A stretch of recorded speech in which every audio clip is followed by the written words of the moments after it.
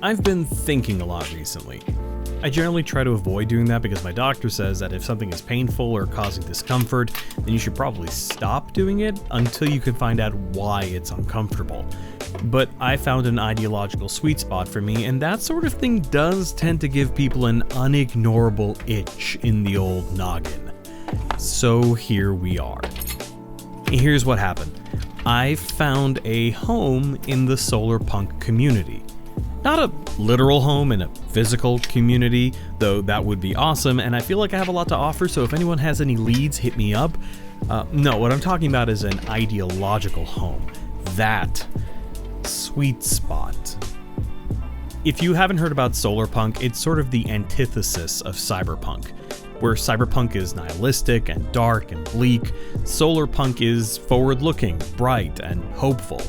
It has a lot of focus on building strong communities, working with nature instead of trying to dominate it, and renewability and sustainability, not just in energy, but across all sectors of life.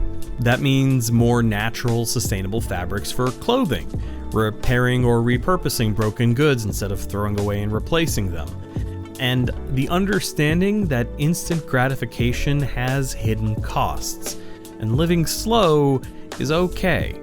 There's just a lot about it that lines up with beliefs and practices I already had as a hopeful DIY kind of guy who loves nature but also technology. Automated systems in greenhouses, for instance, is very Cyberpunk. Robust, repairable product design made with materials like sustainable wood and recycled metals, also very Cyberpunk. As someone who loves salvaging stuff and making new things with it, Cyberpunk is my jam. By the way, what you're watching me do here is something I've been wanting to do for a while. A month ago, the power to the apartment was cut for maintenance, and I was able to keep my work laptop and everyone's phones charged using some solar panels plus some batteries I had lying around. I didn't know if it would work because my workshop is north-facing, which means I don't get much direct sunlight. But it totally did. So I decided I wanted to mount those panels on the rail for my workshop and keep the solar power on tap. Two 30-watt panels wired in parallel to add up the current, being fed into a cheapy PWM solar charge controller, which is charging two 12-volt 10-amp-hour LiFePO4 batteries. When I originally got these panels, it was because I had built two very modified Power Wheels to take with me to Wasteland Weekend, and well, if you're taking an EV to the desert, you're not going to be powering them with hydroelectric. More than being driven around, they actually ended up being more useful as a backup power source for the lights around the camp at night. I'm super proud of those cars and even took one of them to my home convention, Anime Los Angeles. I'd love to do a video about them at some point, so if you're interested in that, let me know in the comments. Hell, I might do one anyways, you're not my boss.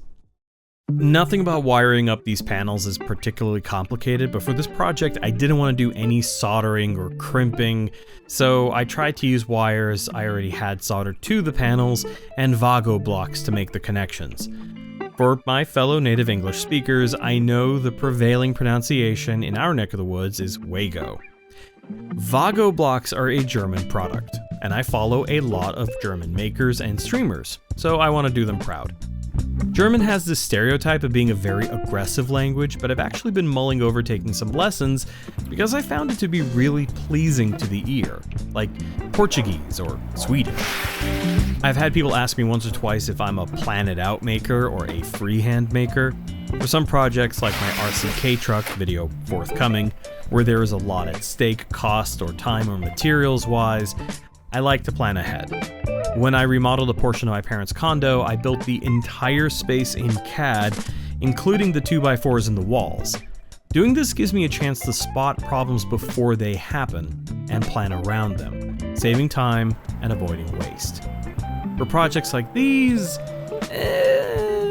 I just jump into it. I have a good idea of my parts and materials inventory in my head, like angle brackets and various types of screws or whatever. Basically, if I already kinda know what I'm going to be doing, then I just go with it and solve any problems as they come up. I wanna say that this is the result of confidence in my skills. Knowing what I know lets me jump in and do things, but it's more like experience has given me lots of little plan components that I can assemble into a plan on the fly, like Lego. Will they all line up perfectly the first go? No, but I have a lot of pieces. Something's probably gonna work. Well enough anyways. The other part of this is modding the housing the batteries go into.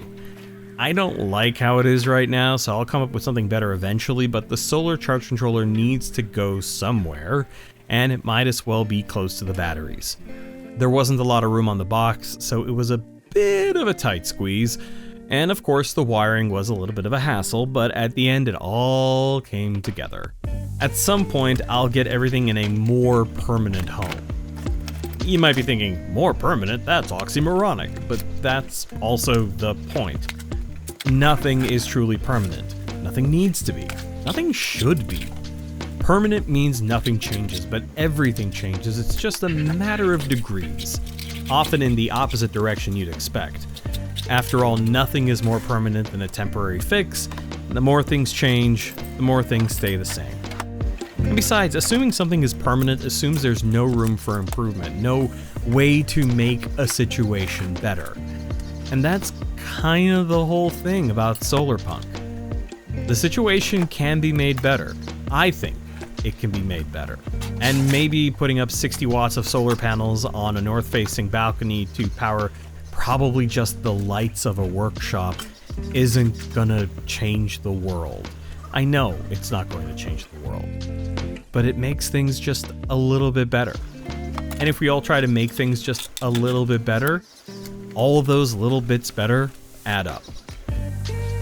Hope you enjoyed this video with all my rambling. If you did, drop a like or a comment and stick around. There's more videos coming down the pipe. And as always, thanks for watching.